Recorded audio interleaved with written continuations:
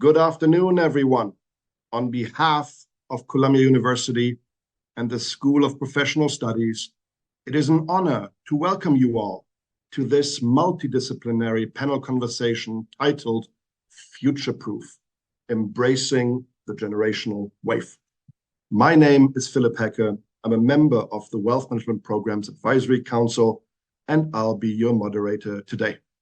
In terms of housekeeping, this webinar is being recorded, and you can enjoy the replay later on the websites of the three programs sponsoring this event, namely the Master's Program in Human Capital Management, the Master's Program in Negotiation and Conflict Resolution, and last but not least, the Master's Program in Wealth Management. You can learn more about these programs by visiting sps.columbia.edu. With respect to our discussion today, we will be focusing on the fast-evolving financial services industry with a particular focus on wealth management. Consumers are changing, and so are the business models serving them. Those changes in turn have major implications for talent at all levels of the organization. And lastly, given that any change is hard, we will cover techniques for managing conflict resolution and negotiating change. Before I introduce our great panelists who will really bring these topics to life, let me give you a feel for the arc of today's conversation. First, we'll start with some icebreakers to get to know our panelists a little better. Then we'll dive into a conversation interactive between the panelists on the transformation that's happening in wealth management, the human capital implications, and tips for managing change. Folks, as we go along, please submit your questions at the bottom of the screen. We'll be feeding them to our panelists as we go along or towards the end. And with that, it is my great privilege and pleasure to introduce our very special guests for today, who will shed light on this important topic from various angles. We're joined today by a multidisciplinary panel coming from three different programs of Columbia School of Professional Studies. We welcome from the Masters of Negotiation and Conflict Resolution program, Dr. Beth Fisher Yoshida. Beth is an author and a negotiation expert with decades of conflict resolution and communications experience. Beth also serves as the director of the Master's Program in Negotiation and Conflict Resolution here at Columbia. Welcome, Beth. Great to have you. Why don't you spend a minute or two briefly introducing your great program?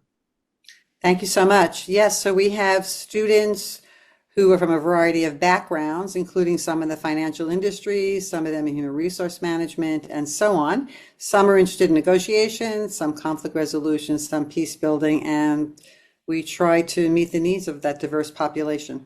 Thank you. Wonderful. Great to have you. From the Human Capital Management Program, we welcome Dr. Steve Safier. Steve is a senior human resource leader and consultant, and he also serves as the director, and he lectures in the Master's Program in Human Capital Management here at Columbia. Welcome, Steve. Great to have you. Likewise, would you mind spending a minute or two introducing your program? Sure. Thank you, Philip. And I'm looking forward to a robust discussion. I want to welcome the attendees as well. Our Human Capital Management program focuses as human resources professionals, for the most part, people with 3 to 7, 10, sometimes more years of experience, as well as people in other disciplines who want to learn more about leadership and management. And we're very proud of our program. We have a great community, great set of faculty and alumni. And personally, I'm glad to be here. Excellent, Steve. Look forward to working with you. Last but not least, we're also thrilled to have Matthias Kuhlmeier with us.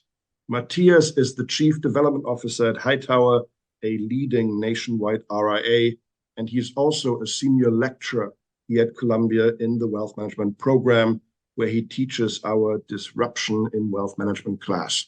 Welcome, Matthias. Great to have you. Again, a few sentences on the Wealth Management Program. Yes, thank you, Philip, and happy to be here. Columbia offers a 16-month Masters of Professional Studies in Wealth Management, which, from my perspective, is tailored for working experienced professionals, but not necessarily. We also cover the basics.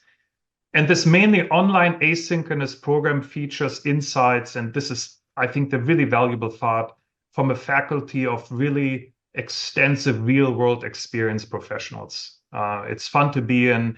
In addition, is a CFP board registered program preparing all students for the CFP designation at a later point. And I think nice to know from my perspective, it's the only Ivy League program of its kind. Excellent. Thank you all three for joining and the overviews of your respective programs. Really looking forward to attacking today's topic from multiple dimensions, each of you bringing your particular lenses to the table. Before we dive in to get to know the three of you even better, let's start with some rapid fire, quick icebreaker type of questions.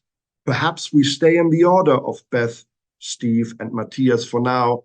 Beth, you're out of the gate. Favorite podcast these days? What are you listening to?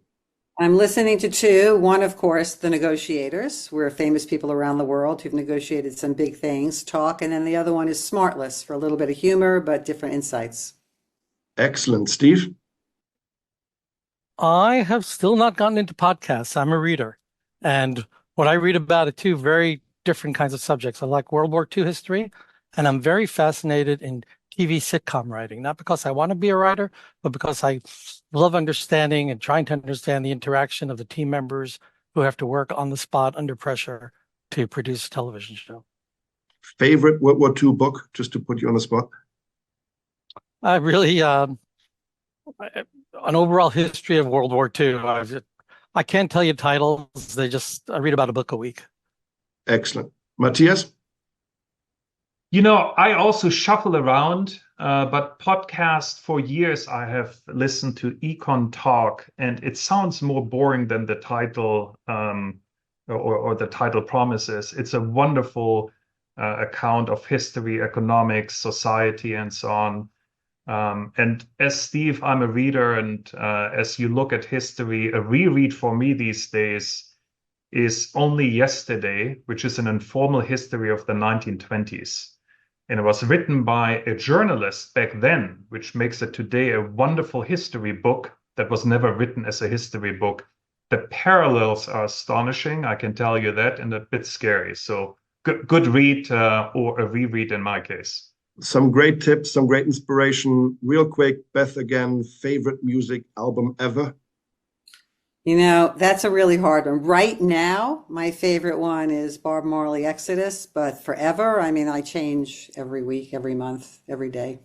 You have the right to. Steve? Tapestry by Carole King. Sometimes I feel the earth move under my feet. Matthias? A couple weeks ago, in fact. I have to sort of pass on an applicable answer. I'm a musician by heart. I was trained as a musician. I have come across and go across. I fall in love with things, fall out of love with things. I am stuck, and please don't hold this against me, on the 10-minute version, All Too Well by Taylor Swift these days. I've been trying to decompose the song and found that there is a 100-minute playlist someone put up on Spotify of that 10-minute songs 10 times. That's how important it is. So I'm stuck there these days. Interesting. If I may add one to that inspiring list, I recently, on a rainy Sunday afternoon, re-listened to the entire Pink Floyd Dark Side of the Moon album. It's a classic for a good reason. Last icebreaker question. Except for the part about we don't need no education. Yes. We don't need no class control. Last icebreaker question for now. If you could invite three guests over for dinner, dead or alive, Beth, who would they be? It'd be a tough one, but I think Gertrude Stein, Pablo Picasso, and Hillary Clinton. Wow, that makes for an inspiring dinner for sure. Steve? Willie Mays, Franklin Roosevelt, and Sigmund Freud. Some mixed conversation right there. Matthias? A healing dinner.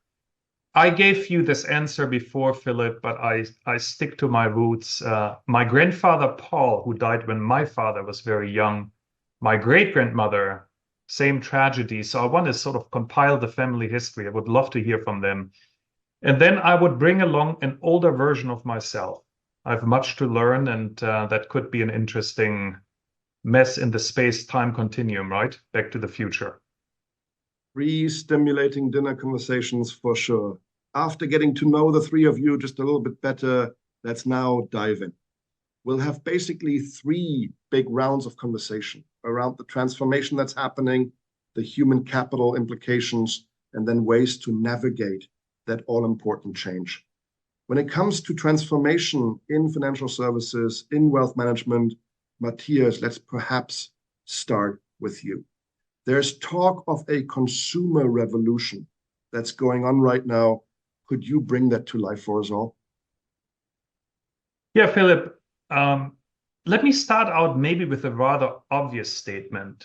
The topic, at least from my point of view, we are addressing today is not unique to wealth management. And this is why I was so happy to have Beth and Steve sort of become excited about it. In fact, we are seeing a massive generational shift influencing the way consumers prefer to consume or will consume, and then just pass by those that are not ready, including the whole wealth management industry. And if I had to take that statement apart, in my view, there are two main drivers that we need to pay attention to, wealth management or not. First, there's an emerging generation of younger clients or emerging clients that has grown up to live and operate in what I call the modular world. And this includes digital engagement, instant access to content and information, at our fingertips, and then hyper-personalization around experiences. And now we have AI that basically just underlines or emphasizes these features. The second driver to highlight is that emerging generations will anchor their expectations, and with that, their buying decisions around values. And this includes peer-to-peer networking, benchmarking, and so on. And this, when we think about it, marks a really strong evolution from what we commonly understand as value proposition. It becomes a values proposition.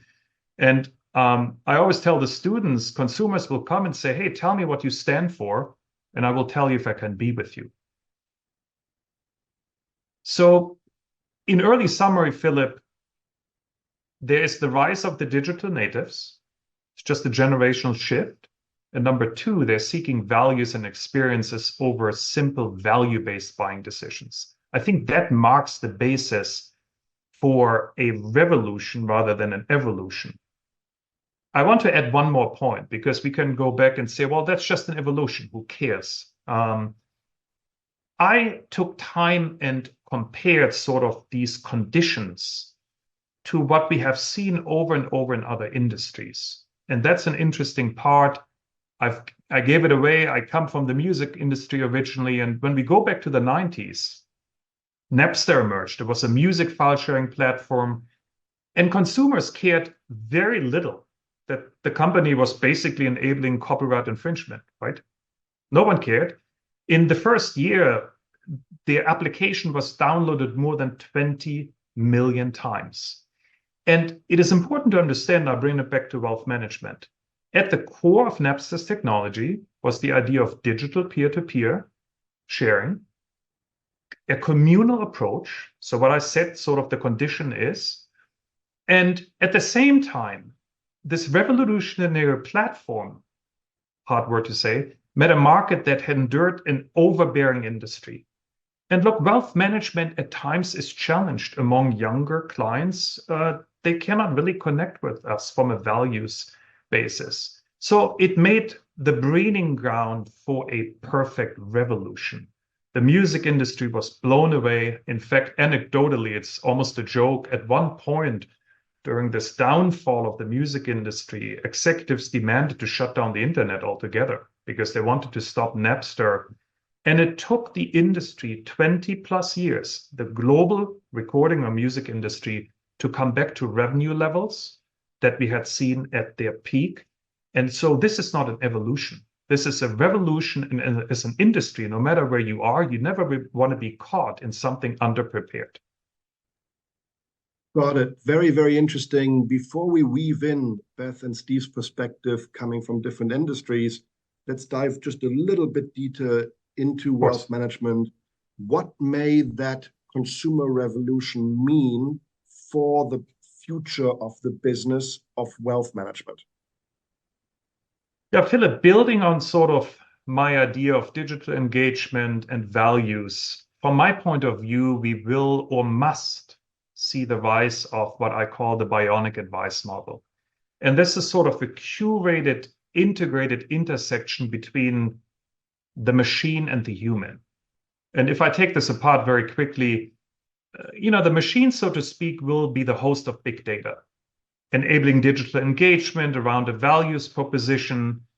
And in simple terms, I would think of it this way. There is a strong do-it-yourself component to every interaction a client can or will choose. And that is informed through thoughtful segmentation, but also through peer-to-peer influences, including content and benchmarking. I mean, think of Apple TV. If I use several services aside from Netflix, I don't need to think where I left off. It sort of comes in my up next. It's a good experience for me. It is integrated. It is a service to me. And I think that's sort of how platforms will turn out to be. And at the same time, and this is the risk, the machine will become the big equalizer. It will not differentiate a firm largely, but will be considered table stakes. Your technology has to be good. It's a commodity, but it has to be good. And machines will be smart enough to then determine what I consider the handover point, which brings us to the human element. And the human element will become more important than ever. Humans meaning we as employees, financial advisors, whoever you put in this context, we will be the ones leading differentiation through context, creativity, intuition, empathy, and think of AI in particular informing ethical dilemmas created on basis of machine learned biases and so on. That sort of is the setup that I see: bionic advice, digital platforms, and an ability to manage the handover between machine and human. Matthias, great perspectives. Appreciate you sharing that. One quick personal remark before I open it up for Beth and Steve to opine on the transformation that they see in wealth management and perhaps leverage some analogies from other industries.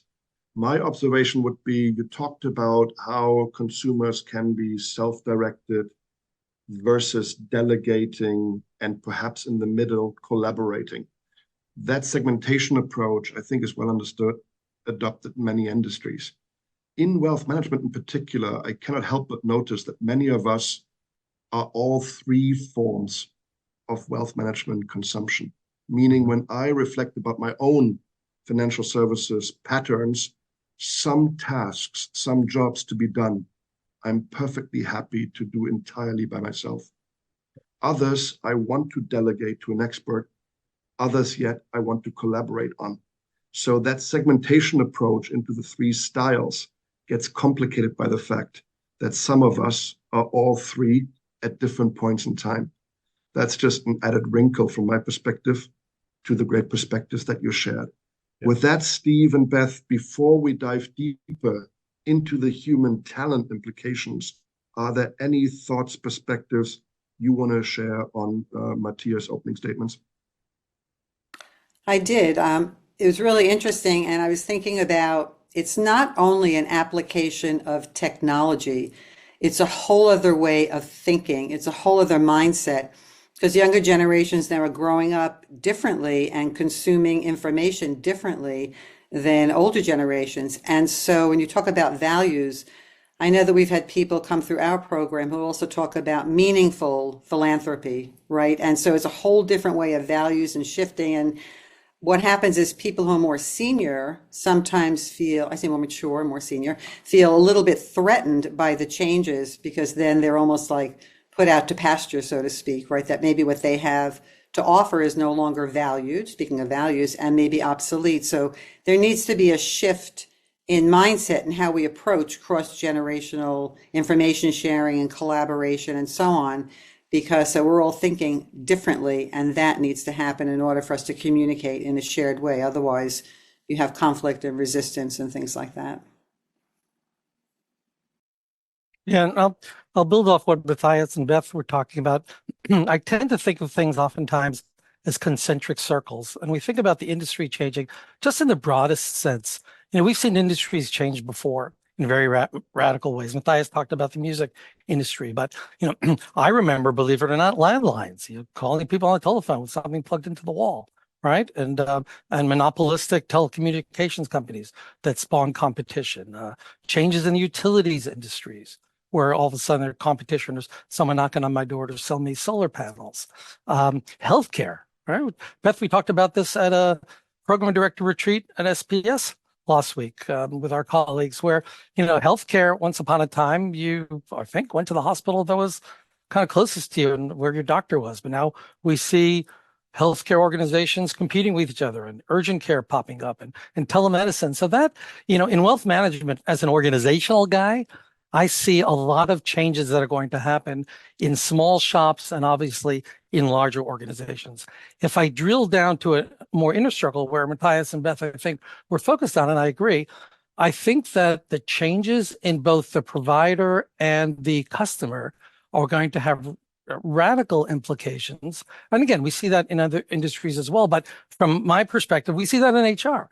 We see different ways of delivering learning and development. We see different ways of employees asking for things from their organization and expectations and the balance of work and family life and what we've gone through the pandemic and some of the opportunities that provided us for thinking about work differently. So this whole notion of people changing the way they look at things and now we're needing to understand that and anticipate that is something that I can feel very closely to heart in the world of human capital management. Right. And if I can just share one data point, because it is truly fascinating or scary, however you want to look at it, if you're sitting in wealth management. We talked about the digital natives. We talked about values. Here's just the numbers fact. If predictions turn out to be accurate, about 16 trillion of wealth will transfer within the next decade. And that's more than 50% of all retail assets that are managed today. So think about it. 50% of this money is in motion. If I was a financial advisor or I'm in this industry, I would be slightly panicked. I would think about it because money in motion means that people are making changes, and building on Beth and Steve's observations, they make changes because they are different and they expect differently. Not to mention Exactly. that number, I'm thinking I was born into the wrong family, but that's a discussion for another day.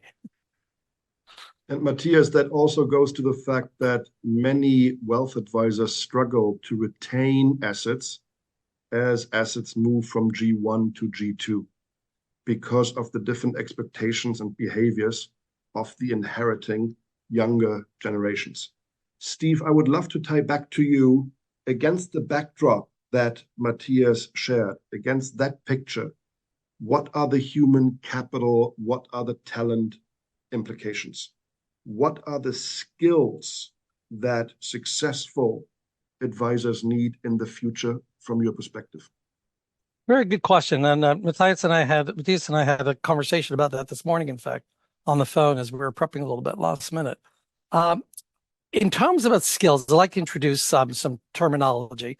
And if I say it, trust me, and there are probably 4,000 other ways of describing this. But in the world of HR and management, we talk about people's skills, people's knowledge, and people's competencies. So let's start with knowledge. And if you think about it, if I could draw it, I draw you an iceberg. And the tip of the iceberg would be the knowledge and skills that we need to do our jobs, right? So in my world, it might be the knowledge of HR practices, leadership development, best practices, now AI and analytics. Skills would be how to put together a compensation program, how to develop a performance management program, how to bring an organization together to fulfill its business objectives. Those skills and those knowledge and skills at the tip of the iceberg are more easily visible and than what we can see. So, Matthias, in the wealth management world, how would you translate, before we get to the competencies, because I'm going to go a little bit more deeply, what are the knowledge and skills, some examples of where we've been and maybe where we're going? Yes, Steve, I think a very easy one is we still, as an industry, need to solve for the basics, managing the assets, right? That's sort of the core of the business.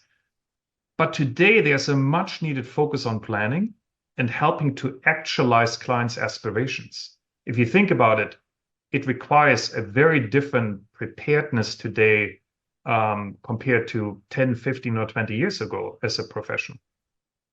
Yeah, so just thank you. Bridging from that, so if we think about it,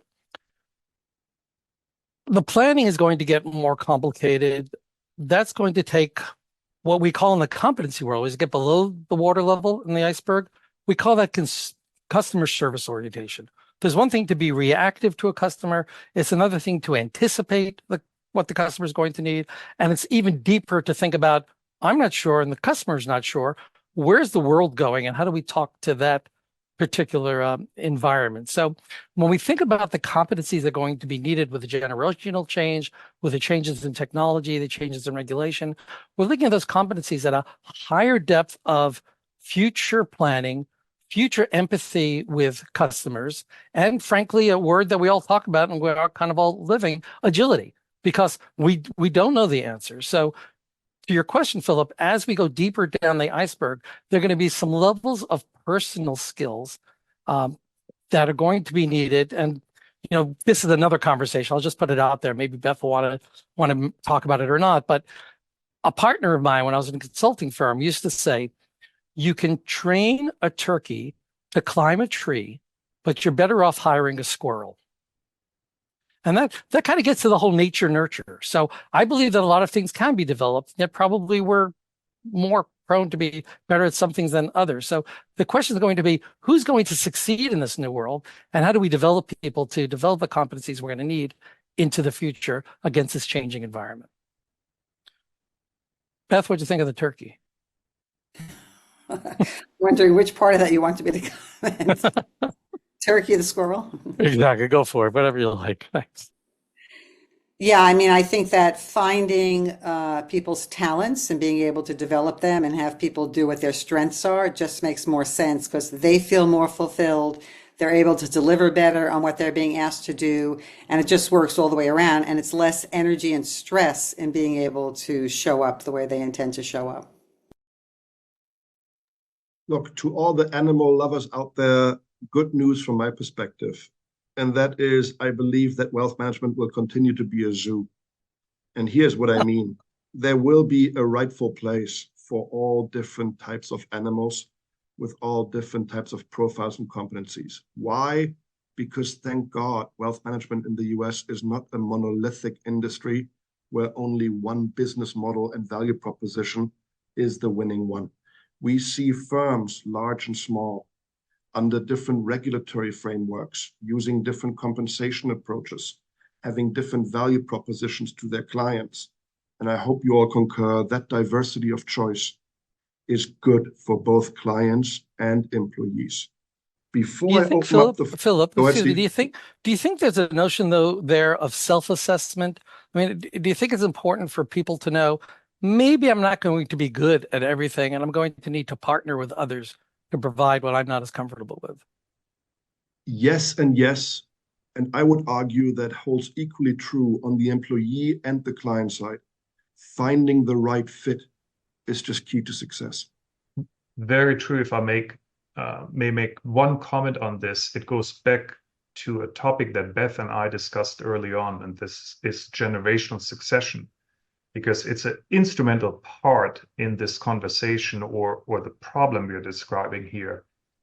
Often in our industry, or as in others, the second generation is prepared for the business that is, and not for the business that will come. And I think there is a significant opportunity to sort of get this right. And it will change the entire way of how we think about selecting employees, retaining them, train them. And if sort of I had a look into the future, I wouldn't be surprised if new advisors completing a team, a wealth management team, may emerge from different professions altogether. Behavioral psychologists, social workers. The business overall needs to become softer and more diverse in order to fulfill that unique human quality that becomes the differentiator against the machine that I was describing before. And if I may, that goes back to the competencies we were talking about before, because those competencies, or for lack of a better word, personality characteristics, will cut across industry and professional backgrounds. And you'll need to bring those forward no matter where people, what school or what they learned. Excellent, Steve. And to help structure that change that all of you are talking about, I hope we can all agree that firm leadership can play a vital role. Given that we have some managerial types on the call today, and for our collective understanding, Steve, can I ask you, what kind of role can leadership play today to facilitate and anticipate and enable the type of change that Matthias and you all are talking about? Great question. And I think I'm going to present my answer probably in two domains. I like to think about the head and the heart.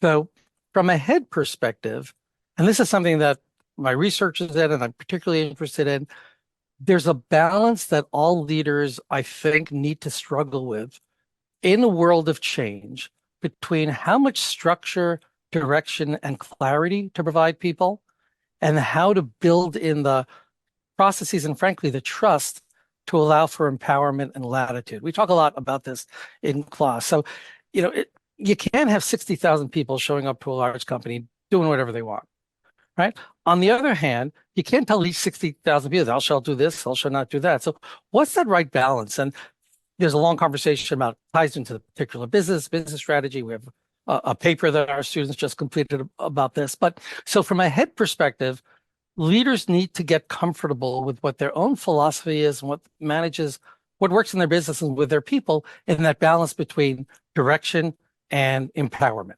right? From a heart perspective, and this cuts across all industries now, and certainly I think is generational and is current and topical, is what we're calling human-centered leadership.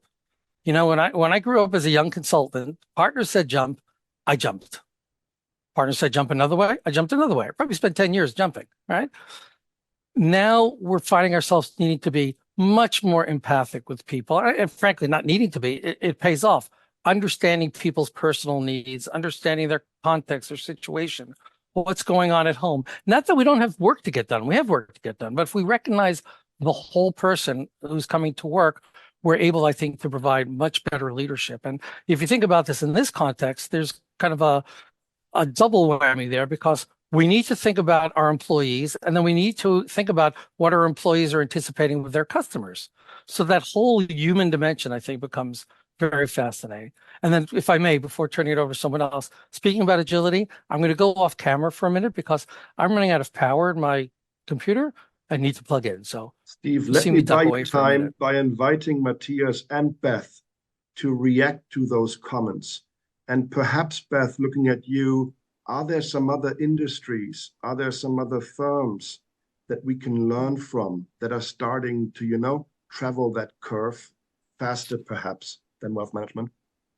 Yeah. So I don't know which industry, which firm is doing it the fastest or the best, but there are examples. And what came to mind is something that we talk about in conflict resolution too, is the whole idea about self-awareness. So we can't predict all the changes that will be, but what we can do is prepare people and ourselves how to adapt or how to learn and how to acquire different kinds of things. So for example, in negotiation, I'm always working with people, and in my writing, talking about preparation, all the different ways in which you prepare for the negotiation. That structured approach is consistent. The content of what goes into it varies depending on the negotiation. And as I always like to say, winging it is not a strategy. Winging it is winging it. It's not a strategy in negotiation. So when you think about leaders, it's like, how can I be the best I can be? And then I'm thinking also culturally. So I've worked lots of different places in the world. I've lived different places in the world. And I'm thinking about, in today's world right now, we don't have the borders that we used to have. We have just multicultural environments all the time in every industry, in every workplace. So when you think about leaders, you think about very different definitions of what a leader should be. So I could be a leader in a certain context, and I have my definition of how I'm supposed to be. And other people say, wow, she's really not a good leader, or she is a good leader if I fit or don't fit their definition of what I should be doing. How inclusive should I be? How sort of directive should I be? All of that makes a difference. So we just need to prepare ourselves, as Steve mentioned earlier, with agility, and then seeing how we move ahead. And I'm thinking about also, Mateus was saying too, and we've had previous conversation about family businesses and succession planning. It's very, very interesting to me. I don't even know what the percentages are, but it's a fascinating topic about how many businesses don't do succession planning well. So even if you have the next generation coming up, they may or may not carry on the business in the world that we are today, but they also may have their own ideas, but we don't even know who's next because it hasn't really been decided or they haven't been groomed for that particular role. So I'll just stop with some reflections over there. Great perspectives, much appreciate those. Beth, we'll get to you and ways to navigate that change in just a minute. Before we do, though, a quick shout out to those who submitted questions already via the Q&A function. Great ones coming in. We'll make sure to address them at the tail end of this conversation. Others, anything on your mind, please use the Q&A function to feed the beast. We'll address them in this conversation. Beth, perhaps staying with you and leading over to ways to navigate the change. As Matthias and Steve outlined, there is an inherent conflict when a existing, well-functioning, highly profitable business model is A, beginning to quote unquote age out, and B, needs to get ready for a fast evolving, changing set of requirements from the next generation. And as we heard, that comes both from the client and the employee side. How can firms manage that inherent conflict, that inherent tension? Yeah, what is the expression that the only thing constant is change? So we know that change is always happening, and whatever works today doesn't mean it's going to work tomorrow and doesn't mean it worked 10 years ago.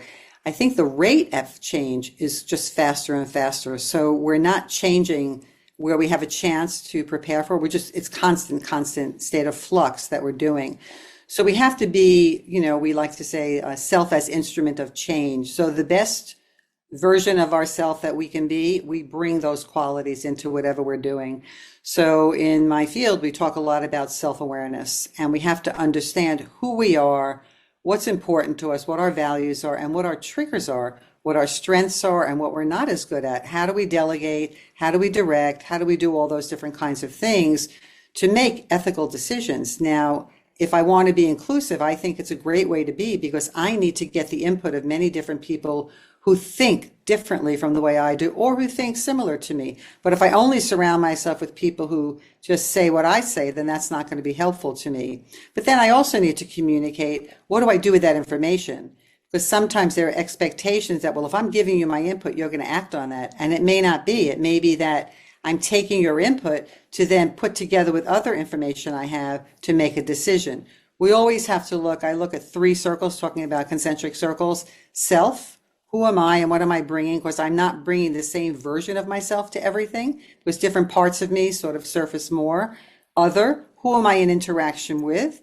And the context. Where am I having this negotiation? Where am I in this situation? And who else is involved with me? So that's just kind of like a governing framework that I use as well.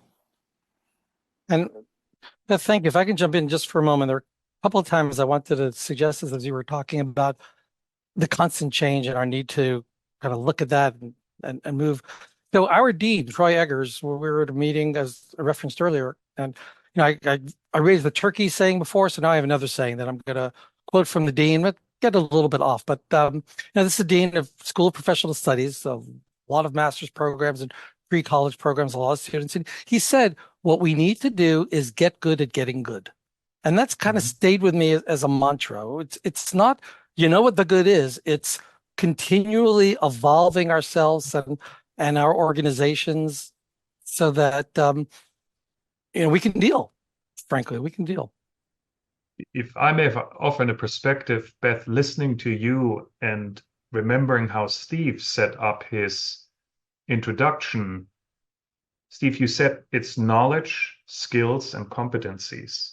And when we think about wealth management in particular, there was a strong focus over all of these years on knowledge and skills, because it was sort of almost, the secret sauce. Data was not readily available.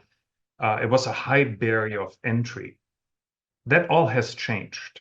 That all has changed through technology, through the way we have access in the world per se today. That leaves us with competencies, and I'm just going to replace this into leadership. That's where the focus will be today. An entire group of leaders needs to be changed, needs to be willing to change, and I cannot lead others successfully, including their generational change, if I don't lead myself to a higher standard. And I think that will be the central challenge of any industry, but in particular wealth management, to break through, to make businesses not only attractive for clients, we have focused a lot on clients, but also to younger emerging workforce. They expect very different things and values altogether. And I think that's where a disruptive trend sits. In fact, teaching is my part of my class. One of the disruptive trends is superpower empathy, leadership, practice, and gratitude. And at times students look at me and say, well, this has nothing to do with wealth management. My answer is it has everything to do with wealth management and so much more. Appreciate those perspectives, Steve and Matthias. Before we all collectively shift to the Q&A, we've had some great stuff coming in. Beth, I want to revisit with you one of the opening statements that was made in this conversation. And that was the rise of AI and potential ethical dilemmas and challenges in sound decision-making. As these new technologies are about to impact our industry, they have already in others. What are frameworks, what are best practices from your perspective that firms can employ to get to ethical, good decisions on a systematic basis? Wow, I wish I had the answer to that one. Yeah, I got my pen. I'm taking notes. I think that there needs to be constant communication, and this is something that does not happen when change happens. And people very often, especially in leadership, I'll recommend, you really need to communicate that this is what you're thinking about. Yeah. Once I have a decision, we'll communicate it. Once we have a decision, we'll communicate it. Meanwhile, everybody else is sitting around waiting for this big decision to be communicated. And what do? We create the worst possible scenarios. So right now, I think one of the big scares about AI is that it's going to take away jobs.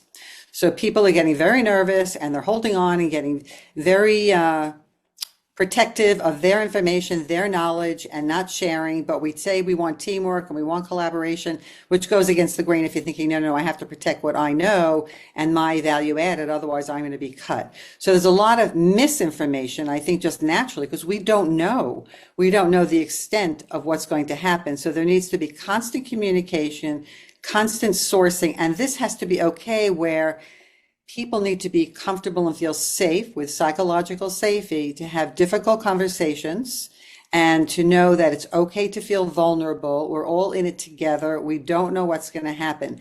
Because if you don't, then as humans, we want to know, we have a need to know what's going on so we can feel safe, and we're going to make up the worst possible scenario and we're going to act on that scenario. And then we just go through a whole chain reaction. If you look at the ladder of inference, where we just make up what we think is going to happen. And then when we really find out what is going to happen, which is nothing as terrible as we thought, we don't believe it. We don't trust. No, can't be that. They're still hiding something from me. So constant communication, sharing information, and then sharing what the implications are, I think is one way to go at it. I would like to build on that with one potential tangible trick and tip that I've seen some organizations do successfully. And that is, to your point, Beth, even before the final strategic decision is being made, draft the internal and external communication that that decision would entail. That acid test of previewing the next phase can be very helpful in improving chances that you do that phase well. And it can be a good acid test to the strategic decision that you're about to make. So pre-scripting, if you will, early on, the internal and external communications can be a very, very powerful tool. Steve, Matthias, any final thoughts from your end on this realm of negotiating? Two very quick thoughts. Yes, Philip, if I may, on AI in context of wealth management, because this is sort of where the ethics discussion comes in. And it is an issue because there's bias through the machine learning that could affect decisions. The first topic that has me amused, for now, it may change, is this panic of we're losing our jobs as advisors to AI. My point of view, at least today, because the topic is evolving, is you will lose business to an advisor using AI, not to AI itself. And I think that's the important differentiation of how AI will be integrated into the current working structure, the operating structure of firms. And that brings me to the aspect of ethics that Beth was describing. It cannot be left as a topic for experts. Right now, that's sort of how we treat it. Oh, and I appoint a person, and this is my ethics person in charge. It needs to become an inclusive, strategic part of the business, accountable to every stakeholder, or the stakeholders accountable to ethics per se. It's just, once again, it's not a new dimension, but it has a re-feature through AI and sort of the data that is now in the system coming through different channels. Excellent. Thank you all for sharing those perspectives. Let us pivot over at this point into the Q&A from our students, from our listeners. We've gotten a good stream of questions. I'm going to farm some great ones out to you all. And Steve, let's perhaps start with you. Melinda is wondering how organizations can groom, prepare certain members of the organization, or everybody, to Matthias's point, to become the future leaders of the organization. What are best practices on that front? It's a great question, Melinda. I think there's a side point to your question, which I won't address because, frankly, we won't have the time for it. And that is, are there some people with higher potential than others? Which I heard embedded in your question. And I don't want to leave that aside because that's a complicated question and comes through with assessment and diversity and fairness and equity. That having been said, I think the best way to groom people for the future is to give them projects that they don't expect, that leverages what they come to the table with, but stretches them in a way that encourages them and frankly forces them to deal with things that they haven't anticipated, to be there for support, but not for, as I said earlier, 100% direction. So in the vernacular, stretch people. If you stretch people and give them support, don't second guess, no gotchas, don't burn people for mistakes. That's the way to groom people for an unknown environment. Stretch, but support. Got it. Yeah, stretch and support. Yep. Very good. Very good. Matthias, perhaps a question for you coming from Net. Net is observing that many younger folks seem to gravitate, not exclusively, but heavily towards smaller, independent, RIA, registered investment advisor type of firms. At the same time, there is a consolidation dynamic going on in that space. How do you reconcile those two dynamics? Ned, wonderful question. There is so much in there that I could do a mini lecture on it. I want to touch the main points. The revolution that we saw in the RIA space versus the wirehouses was the classic story of Napster coming in or Airbus versus Boeing. It became a true revolution. It became a matter of redistribution of assets. So today, roughly the RIA space in the United States and the wirehouses, not quite there yet, but they sort of will own the same market share. Call it 30%. Now let's sort of peel into the RIA space. Nearly 70+% of RIAs that are out there, 15,000 in total, are operating at 250 million and below. Given where technology requirements are, we talked about it, where sort of that platform bionic advice model needs to be established, these businesses will not be able to make the investment, and they will not be able to sort of operate at scale. So what we will see is a significant roll up and consolidation. So the RIAs that are fairly attractive today will maybe become less attractive or look like more what we have left behind. I'm not saying this as an entire negative because the space is unique, but something we need to look for. The second part, and I think it's inherent to your question, Ned, is what does it mean if I work for an RIA today? And M&A sort of rolls it up. That will be another unique challenge the RIA space has to deal with, because the more economics I take out and have owned through PE or larger firms, a strategic investor, the less is available for the second generation. And then the challenge I may run into, will I still be able to attract that growth mindset, the entrepreneur that came to lead a revolution, evolution, and can incentivize? It's a big challenge that we need to all think about, and an interesting one. By the way, all of this happened, once again, music industry. You had technology coming, you had all of the boutiquing out, and then the boutiques had to consolidate and became bigger again, and we sort of formed a different business model. That's exactly what's happening here. Excellent. Let me end this Q&A session with a question for Beth.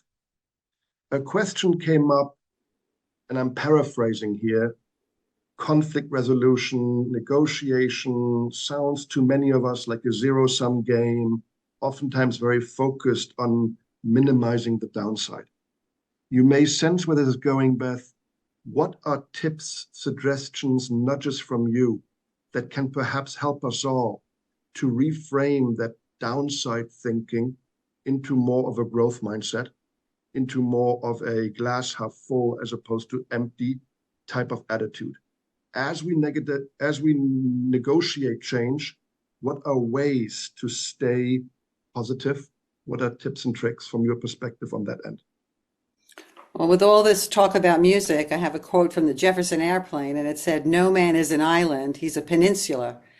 So we're all connected to other people in some way or another.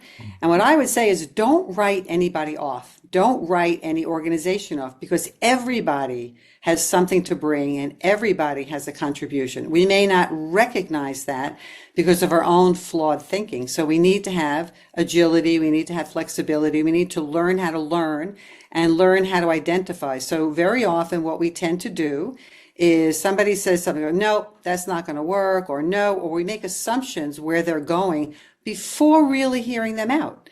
So what I would recommend is enter with curiosity. Even if you completely disagree with what somebody says, say, wow, that's a little different from what I thought.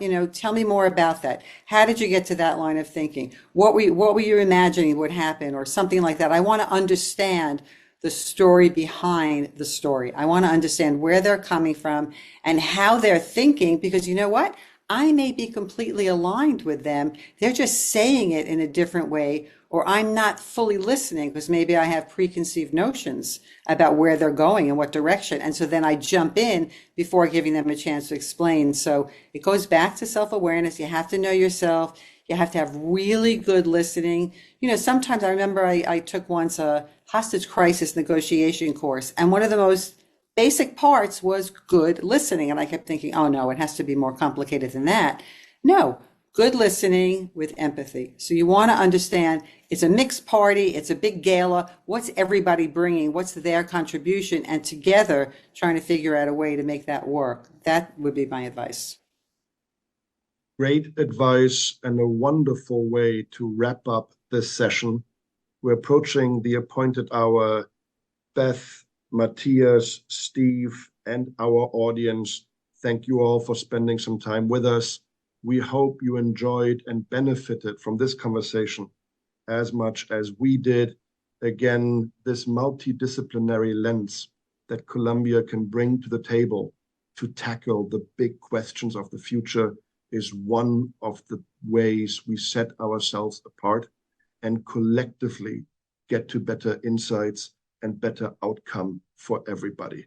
Again, should you wish to learn more about any of our programs, visit sps.columbia.edu.